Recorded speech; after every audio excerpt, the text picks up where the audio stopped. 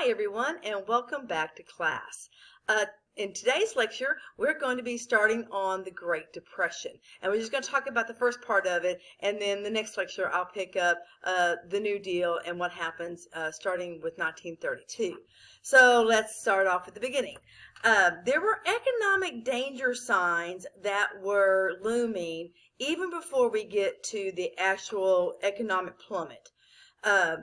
You have all the prosperity going on in the 1920s, but it's not exactly equal across the board. So with this unequal prosperity, you've got the rich getting richer, the poor getting poorer, and you've got huge corporations that keep growing and growing and growing, and a lot of your small businesses are going to the wayside.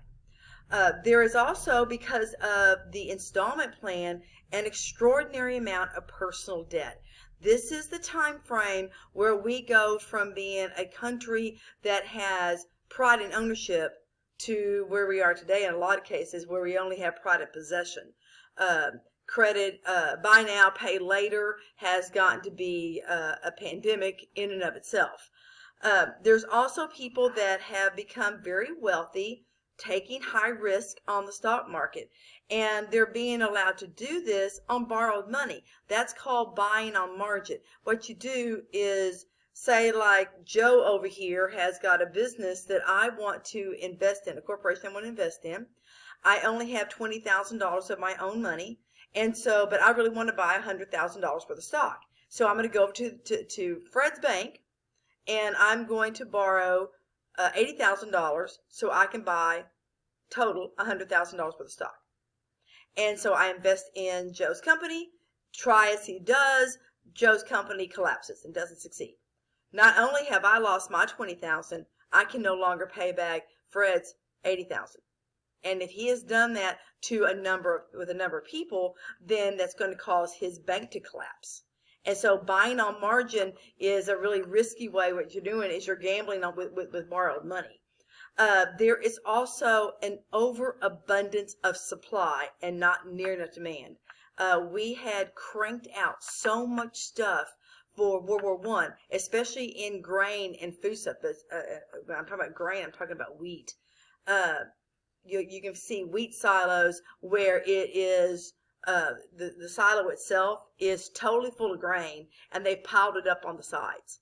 And so you have all of this excess and not enough buyers for it. Also with the stock market, you have got stocks that have been inflated past their true value. Back in 2008, oil prices started doing this. They went from $50 a barrel, and over a very short few months, it was up to $150 a barrel. And so the price of oil got inflated past its true value. And so when the economic bubble burst, then that was one of the first things that collapsed. I mean, it plummeted down to like almost $30 a barrel in just a few short weeks, because it wasn't, at the time, wasn't as valuable as they said, as they said it was. And so, of course, you also have got farmers, because of the oversupply of crops, their crop prices are in the dumpster. And so what they're going to do is, so this year they planted this much land, and they didn't make enough money. So next year they're going to plant this much land and hope to make enough. And so they've doubled their crop output, but they're not going to make any more money for it, and it's just going to exacerbate the supply problem. Right? You've also, so when farmers start to struggle, they can't pay back their loans, and so mortgage companies are going to foreclose on their farms, and the banks in the country, rural banks, are going to start collapsing before even the city banks collapse. And so I'm going to share my screen with you here so you can see some of the pictures that I've shared with you. And so this carefree lifestyle of the 1920s, living by the seat of your pants, not worrying about tomorrow, thinking it was always going to be this way. Look, it's good, it's just going to get better. Well, on October 29th of 1929, everything comes to a screeching halt. The stock market is going to crash. It's going to drop by 6.4 million shares, which is a little over half of its value at the time. And so there's going to be $30 billion in losses. A lot of people who were not long-time wealthy, the new rich, are going to lose everything. There's going to be a very high rate of suicide amongst those that had gained wealth on the stock market, because it's just going to evaporate right in front of them. Some of the economic effects of the stock market crash. Now, the stock market crash itself was not the main cause of the Great Depression. That was just the trigger. And then everything just kind of falls apart around it. It's kind of like when you play the game of Jenga. I don't know if you've ever played that game. It's the tower with all the little blocks, and you take them out and you stack them up. Well, if you take out enough of the blocks at the bottom of the structure and put them on top, sooner or later, that whole tower is going to fall.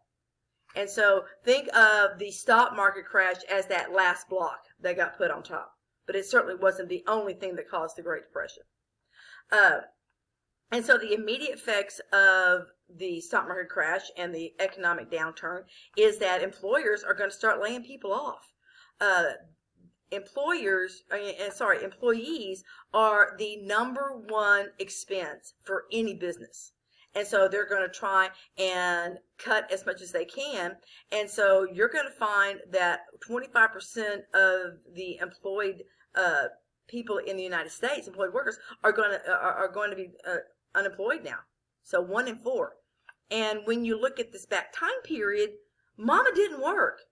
It was just the male that worked. So when Dad lost his job, the whole family was destitute. You know, in today's society, most of the time, both parents work. But that wasn't the case back in the 1930s. Crop prices are going to get even worse, and banks are going to fail all over the place. I have put onto Blackboard for you a clip from a movie called It's a Wonderful Life. And it's the scene where there is a run on the bank. And everybody is going to come charging at the bank, trying to get their money out. That is, I was trying to see if I had a picture of it in here for you. Oh, here you go. So this right here is called a bank run. And what happens is at banks, they don't have all of our money stored there at the bank. So say we all bank at the local, Mr. Smith Bank. All of us have our money there. And we go down there, and if I went to go and want to close out my account, then yeah, they could take all my money out of my account and hand it over. But if we all went at the same time, they don't keep our money there. And because what banks do is they use our money to invest and make money off of. That's why they pay you interest on your savings account or money market accounts. That's why they charge interest on loans and stuff like that. That's how the bank makes money. And so when everybody got worried about the money system, they're all going to charge these banks and want all their money right then. Well, the banks don't have them. So it's going to cause the banks to collapse all over the place. And the scene from It's a Wonderful Life gives you a pretty good idea about how a bank run works. This right here is a job line. All these guys are waiting in line, hoping to get what few jobs might be available.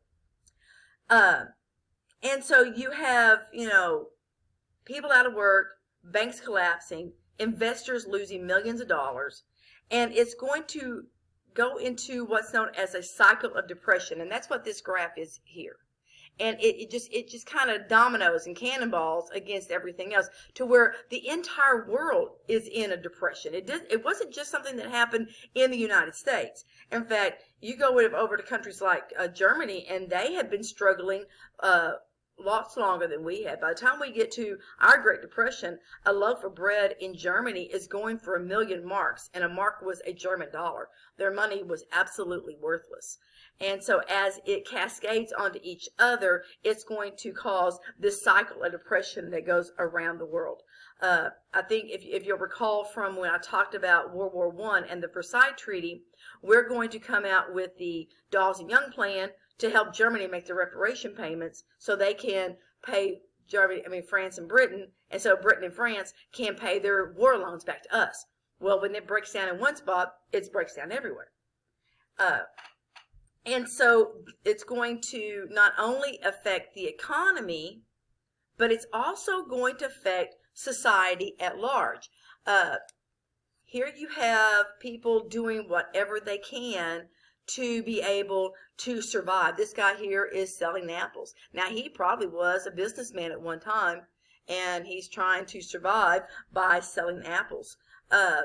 Because the Great Depression is going to affect all levels of society, except for maybe the inherited wealthy. I mean, you're not going to find that the Roosevelts and the Rockefellers and the Carnegies, those kinds of people, are going to have a lot of problems because their money is not invested in stocks. It's in land and it's in hard assets. And so they're not going to have as much trouble with the Great Depression as everybody else. But just about everybody else, doctors, lawyers, teachers, not just farmers and not just the factory workers, they're all going to have issues with this, with the Great Depression.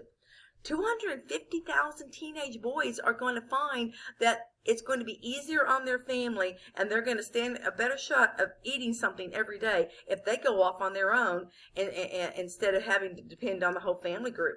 And so they're going to hitch rides on trains and become hobos, and they're going to travel the country trying to pick up work any place they can. And so you're talking about 15, 16, 17-year-olds that are doing this.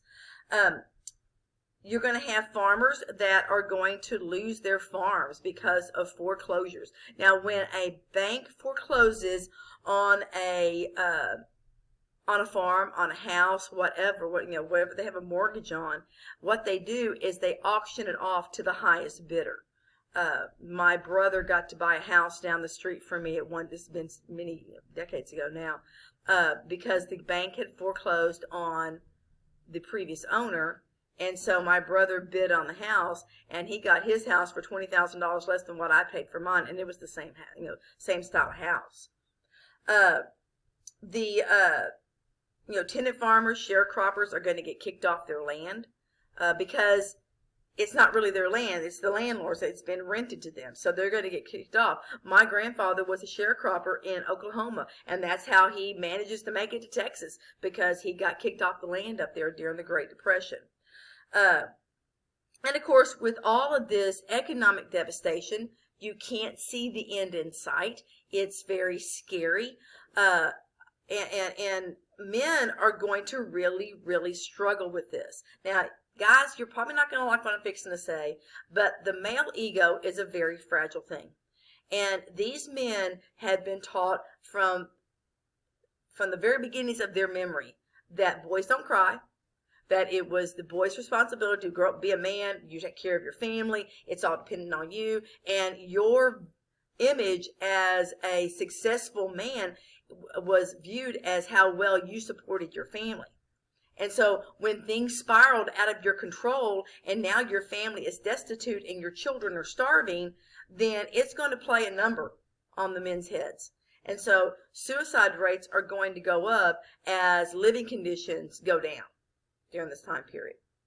So there's going to be several different ways that people are going to try to survive. The number one way is to take several jobs. In my lifetime, I have had as many as 5 jobs at one time. I've had one full-time job and several part-time jobs, trying to make sure that I can make all my ends meet. As a single woman, I am terrified of not being able to pay all my bills. And so I take whatever little pickup jobs I can. Well, it was even more so back during the Great Depression. They're going to try and grow their own food. They're going to do cheap entertainment. I mean, think about what happens at your house when, for whatever reason, the finances get tight. The first things you're going to cut out are the extras. You're going to not go out to eat. You're going to find, cheap entertainment. You're not going to the movies. You're going to take one trip and try to make all your stops in one trip instead of going here and then coming back and going there and coming back. You're going to try and consolidate as much of your expenses as you can. You're going to make your own clothes. Now, back in this time period, that was more common than it is today, but I have lots of friends today who have 2 or 3 kids, and so it's cheaper to make their clothes than it is to go out and buy off the rack. When their shoes wore out back in the 1930s, they're going to put them back together. They're going to take newspaper and roll it up and and fold it over so that it fits down into their shoe in case when the bottom of it has worn through, so that their feet aren't going down into the dirt. They're going to sell whatever they can. That's why this guy right here is selling apples. Selling pencils. Those were quite common. And then they're going to beg for food. They're going to go dumpster diving. They're going to fight over restaurant garbage. And none of them before this situation ever in their wildest dreams thought they would ever have to succumb to fighting over trash to be able to eat. And so even in today's society, I mean, think about it today. Have you ever thought what would happen, what you would have to do to be able to survive if the economy did this again? Now, hopefully they've got things in place that won't happen, but it's always worth giving it some thought. Now, the job hierarchy, how did people lose their jobs? The first group that got laid off were minority females, and then minority males, and then white females, and the last ones to get laid off will be white males. But it didn't take very long to get from the bottom to the top. And so you're going, especially in unskilled labor, they are going to get laid off by the hundreds, and they're going to be the first ones that are going to be out the door. Now, discrimination is going to rear its ugly head during this time. It's not really under the surface much in the 1920s and 1930s anyway. It's just going to get worse. Hispanics are going to be deported back to Mexico, while Asians are going to be brought in to do the migrant farm worker type of thing, because it was cheaper to deport people across a land border than it was to try and put them on a boat and send them back to Asia. So that's why that worked. For a lot of African Americans, though, there wasn't a whole lot of difference between what they had before and what happened after the Great Depression. They had always been on the bottom rung of the economic ladder. So things weren't going to economically change much for them. But there is going to be especially this one glaring case of discrimination with these gentlemen right here. These are the Scottsboro boys. And these boys, like 250 other teenagers across the country, had hitched a ride without paying on a boxcar on a train. And that's how all these teenage boys got around. They just hopped on the back end of a train without paying. So they weren't the only ones, and white boys were doing as much as black boys.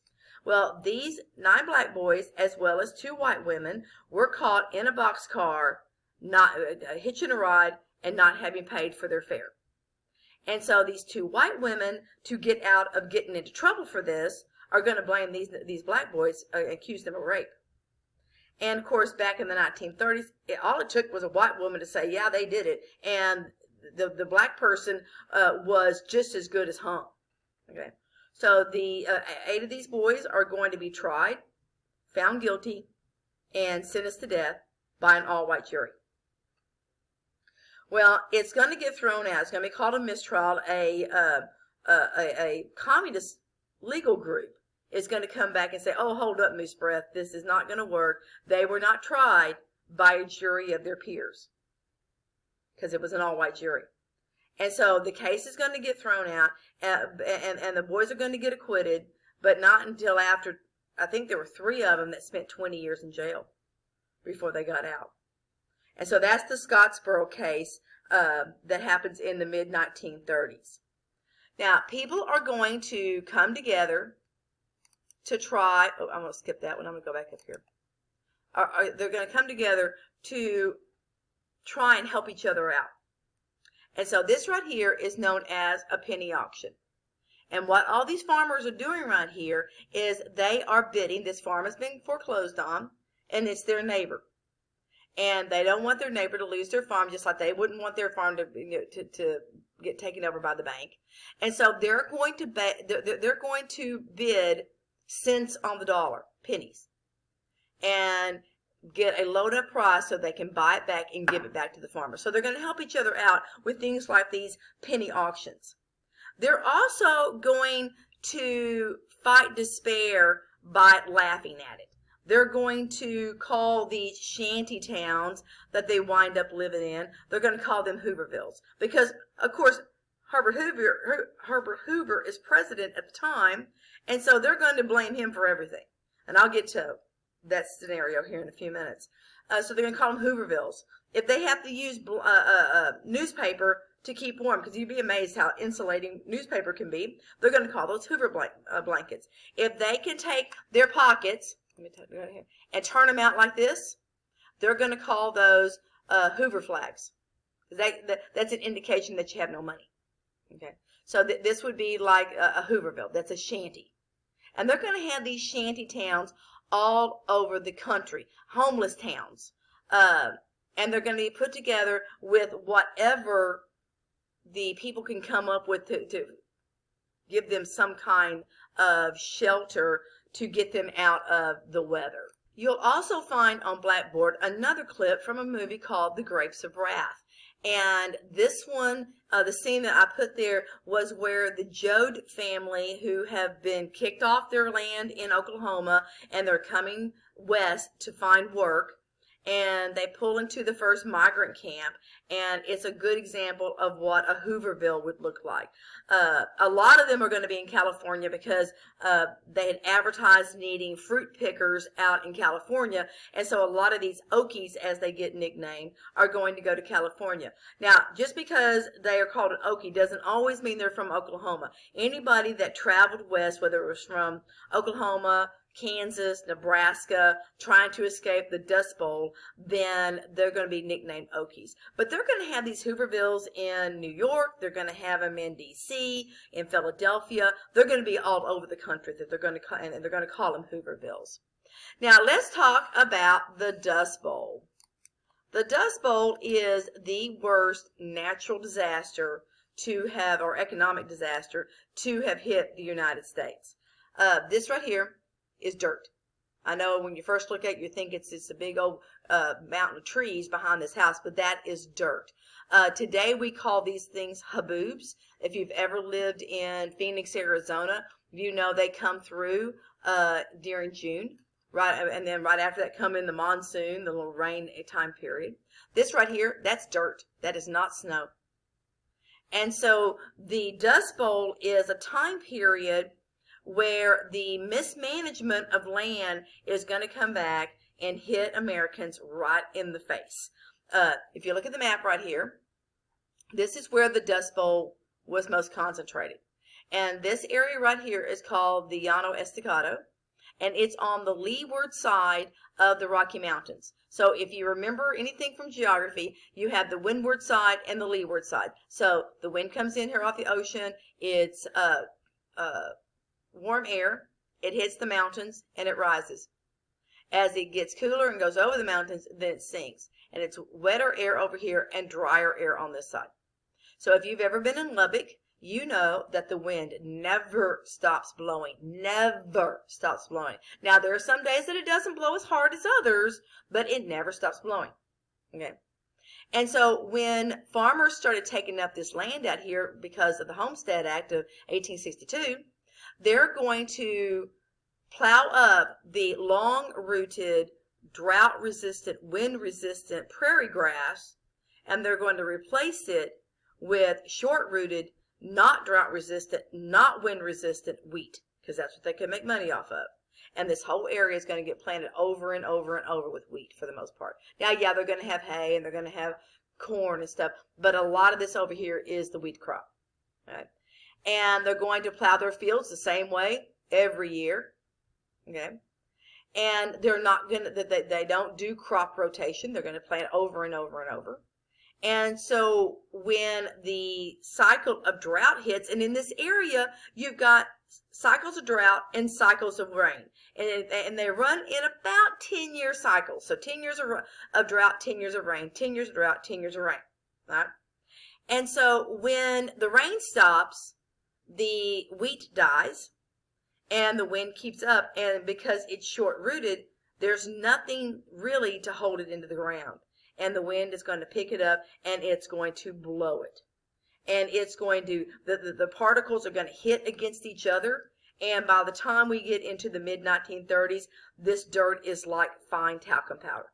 It sifts into everything. And if you'll notice, their houses are real porous anyway. They're going to take and glue sheets around their windows trying to keep the dirt from sifting in.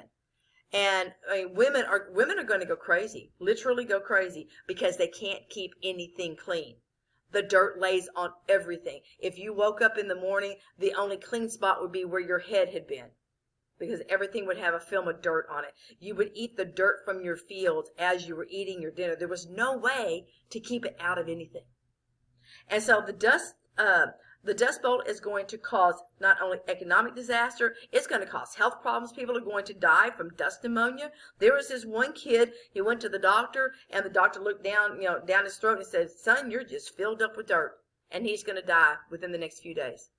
There's going to be people that are going to go blind because the dirt gets in between their eyelids and their eyeballs, and it's going to scratch their eyes blind. There's going to be a dust storm in 1935 that is going to be so bad, it's going to turn Washington, D.C., which is thousands of miles away, dark at 3 o'clock in the afternoon with dirt in the air. And at that point, that's when Congress is finally going to say, well, we need to do something to fix this. It's one of those things of, you don't really address the problem unless it's right there in front of you. And at that point, it was right there in front of them. And so this is when they're going to start doing things like crop rotation. They're going to do contour plowing so that their fields aren't all grown the same direction. They're going to start planting trees up and down the Midwest to give a windbreak. And that's going to help some of the wind problem. Of course, later on, we're going to find the Edwards Aquifer, which is underneath this area here, and start pumping water up so that in times of drought, we can still water crops and keep it from being this disaster that it was in the 1930s. This was a 10-year disaster. And I can just imagine how horrible it was. And so people like the Joads in the book The Grapes of Wrath are going to load everything that they have up onto whatever vehicle they have, and they're going to move away. Now, only the sharecroppers and the tenant farmers are going to do this. The people that own the land, for the most part, they're going to stay. They already own the land, and they're going to go someplace else where they don't own anything. And so it's mostly going to be the tenant farmers and the sharecroppers that are going to be moving on. Now, there are going to be protests during this time, as there are anytime we have got economic issues. Social protests are going to come out in music and in literature and in art. Some of the pictures that I've been showing you are like this one right here. Those pictures were taken by Dorothea Lange. She was the most noted of the photographers of the time period who chronicled the Great Depression. You're also going to have writers like John Steinbeck. I'll talk about him more here in a little bit.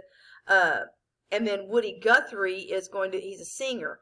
He and his son both were protest singers. Woody Guthrie's protest songs were about the Great Depression. His son's protest songs were about the Vietnam War. You're also going to have political protests. Communists and socialists are going to say that we need to take from the rich and give to the poor.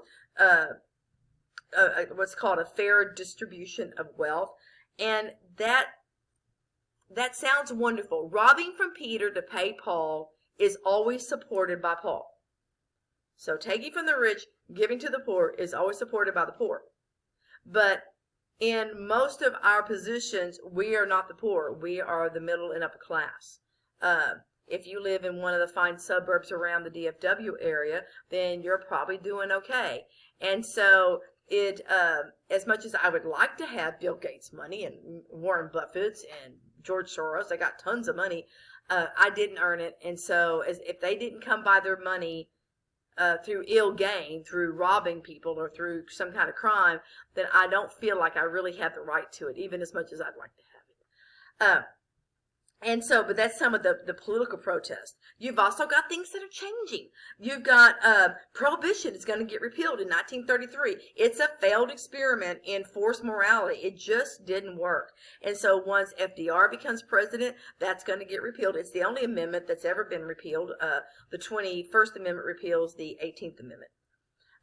And then they're going to start construction on the Empire State Building. And that's going to be a sign of hope, because it's going to be something that is being constructed. Something is being built. If you're going to build something like this, you need construction workers. And so it's going to give people jobs. And so once people start going back to work, it's going to give them some hope that things are going to turn around. And then you also have things that are going to end during this time period. Al Capone, who had been the gangster of the 1920s and the early 1930s, he's finally going to get arrested and go to Alcatraz.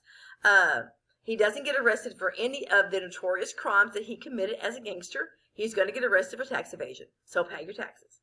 And then he is going to be released and then die not too long after that. Calvin Coolidge is going to die. He was one of the better presidents of the 1920s. Babe Ruth is going to retire. Henry Ford, who had always been everybody's darling because he hired a lot of people and he had good benefits as well as good wages. Well, because of the Depression, he too is going to have to lay people off. So he stops being the darling of society because of this. And then, if you remember Charles Lindbergh, the guy from the 1920s who flew across the Atlantic solo for the first time in a plane called the Spirit of St. Louis, very famous. He, by the time we get into the 1930s, has gotten married and he has a baby, a little boy who is 2, I think at the time, maybe 3. And there is a scheme to kidnap the Lindbergh baby and ask for ransom. And so they do this, and then later they find that the baby is dead. They probably think that they dropped the baby as they were coming out of his bedroom. They had to go up a really rickety ladder up to a second-story bedroom window to kidnap the boy. And so the hypothesis is that the kidnappers dropped the baby as they were coming down the ladder. They do eventually catch and execute someone for that crime. And so those are some of the things that are going, that some of the moving parts. Now, there is also a group of veterans, and I'm going to go ahead and change to the next screen. There's a group of veterans who want this guy right here. This is Herbert Hoover. And they want him to pay their World War I bonus early. They had been promised a bonus for fighting in World War I, and they weren't supposed to get it until 1945. And their idea was, well, if they'll go ahead and pay us now, then that's one less thing on their plate to worry about. They've got us taken care of, and we can survive on that for the duration. And so they're going to march on Washington. And they're going to camp out everywhere in Washington, including the White House lawn. And so Herbert Hoover, every morning, while he's looking out his Rose Garden window, the Oval Office window in the Rose Garden, and drinking his coffee, he sees this homeless town. And so he's finally going to call in the head of the D.C. Army, which is a guy named Douglas MacArthur, and say, Doug, can you get these guys off my yard? You know, they're all over the place, and they're tearing up the lawn, you know. Well, Douglas MacArthur, as you will find out as we continue on, is very gung-ho about his job. His father was a West Point graduate. He was a West Point graduate. His father was a Medal of Honor winner. He intended to be a Medal of Honor winner. And so he takes his job extremely seriously. And so he is going to gather up the D.C. troops and go after these veterans that are on the White House lawn and all over D.C. And he's going to go after them with tanks and rifles and tear gas and set fire to these shanty villages all over D.C. Well, it's going to be filmed by the news media. Now, back at this time period, you didn't have television, so you didn't get it on the nightly news. But if you went to the movies, they had newsreels that went in between the features. And so you could see moving pictures of it there. It was all over the newspapers. And so your average American is going to say, you know, if they're going to do that to our veterans who have suffered and sacrificed for our freedom, what are they going to do to me? I'm Joe Q nothing. And so it's going to give this guy right here a really, really bad image. They're not going to blame MacArthur. They're going to blame this guy. In fact, everything that happens gets blamed on Hoover. Now, let me give you some background on Hoover. He is elected in 1928. He's a Republican. He is elected in November. He takes office in March of 1929, 6 months before the stock market crashes. So he is not to blame for the economy crashing. In fact, most presidents aren't. We blame them, but when we have economic troubles, for the most part, we need to look ourselves in the mirror and say, we met the enemy and it's us. We bought too much that we didn't need with money we didn't have. And it will all come crumbling down. And so, but everybody's blaming Hoover. Now, Hoover, bless his heart, he is not Mr. Personality. He is a really cold fish. He just doesn't give you the warm fuzzies. And he is old school. He believes that we've always gotten ourselves out of these kind of economic troubles before just by doing it ourselves and picking ourselves up by our own bootstraps without government assistance. And so he's not going to do a whole lot to help it. So he doesn't cause it, but he doesn't do a whole lot to fix it. In fact, he doesn't help his cause when he is being interviewed and the press picks this up. He goes, people aren't really starving. Well, if all you've eaten is warmed over mush for the past 5 or 6 months, and at 3 meals a day, you haven't had any meat in months, and it's all been like oatmeal or, potato soup or something like that, and someone's standing up there that has been eating pretty well, and they're saying, oh, people aren't really starving, that's going to give you a really bad image. He could not connect to the people. And he did not want to give direct aid from the government because he was afraid it would cause a welfare state and it would undermine people's self-esteem. Back in this time period, if you were on charity, then you were looked down on. And so nobody wanted to look like they were having to take a handout and were on charity. And so he will manage to get a really, really, really bad image, even though he does do some things to try and help the economy get back up on its feet. He's going to take federal dollars, he's going to help Congress approve money for public works.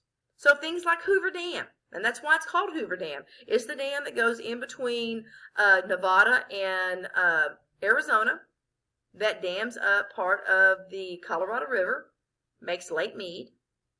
If you ever get a chance to go over it, it's really, really cool. And so, so those kinds of public works are trying to put people to work. They're going to establish what's known as the Hawley-Smoot tariff. Now, sometimes it's called the Smoot-Hawley. It's the same tariff. It is the highest tariff in peacetime history. And it's going to backfire. Because what they're trying to do is raise tariffs on imported goods to protect the American industry. So you'll buy more American goods so that they'd be cheaper without having the tariff. But what's going to happen is other countries who are suffering from our tariff are going to raise their tariffs on our exports. And so it's going to backfire. He tries to get business and labor to work out voluntary agreements. So let's, try and maybe not lay everybody off. See if you can get your labor group to take less money. At least they have a job. That type of thing. So those kind of labor agreements. He is going to, they are going to establish the Agricultural Marketing Act, trying to get a handle on the oversupply of crops. The Reconstruction Finance Corporation is where Congress is going to bail out insurance companies and banks and trying to get banks back up on their feet, stuff like that. And then he's also going to support the Home Loan Bank Act, trying to help people hang on to their mortgages and not get foreclosed on. And so these are some of the things he's going to try to do, but it's going to be too little too late. It's not really going to help his image very much. And so as we get into the 1932 presidential election, he is going to really, really struggle in getting, being able to compete against a man called Franklin Delano Roosevelt. And so next class, I'm going to pick up with FDR and the election of 1932 and carry us on through to the end of the Great Depression. So until then, I will see you next time.